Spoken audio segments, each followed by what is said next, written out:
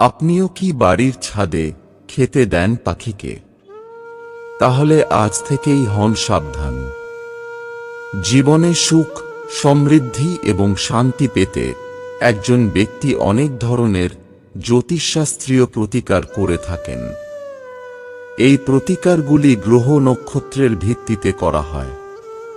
এই ব্যবস্থাগুলির মধ্যে একটি পাখিকে খাওয়ানোর সঙ্গে সম্পর্কিত। বিশ্বাস অনুসারে পাখিকে খাওয়ানো খুব শুভ। একই সঙ্গে কখনো কখনো এটি করা আপনাকে সমস্যায় ফেলতে পারে। চলুন জানা যাক কেন এমন হয়।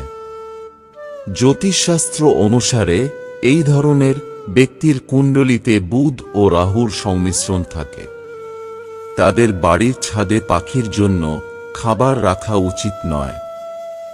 আসলে রাহু গ্রহ বাড়ির ছাদের সঙ্গে সম্পর্কিত।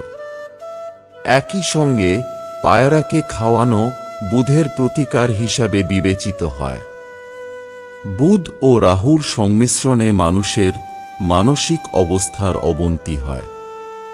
বুধ হল বুদ্ধিমত্তার কারক, অন্যদিকে রাহু ছায়াগ্রহ।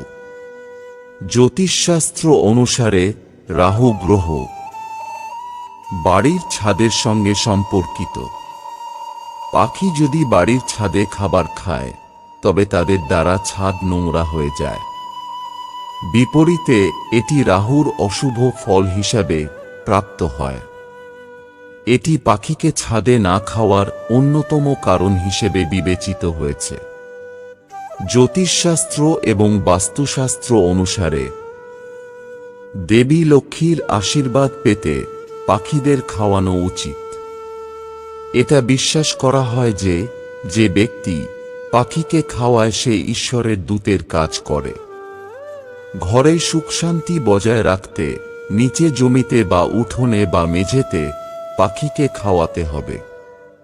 তাহলে বুধ রাহু সংমিশ্রণের প্রভাব দ্বারা পীড়িত হবে না ব্যক্তি। বন্ধুরা, ভিডিওটি ভালো লাগলে লাইক করুন এবং আমাদের চ্যানেলে নতুন হয়ে থাকলে সাবস্ক্রাইব করুন। ধন্যবাদ। আপনার দিনটি শুভ হোক।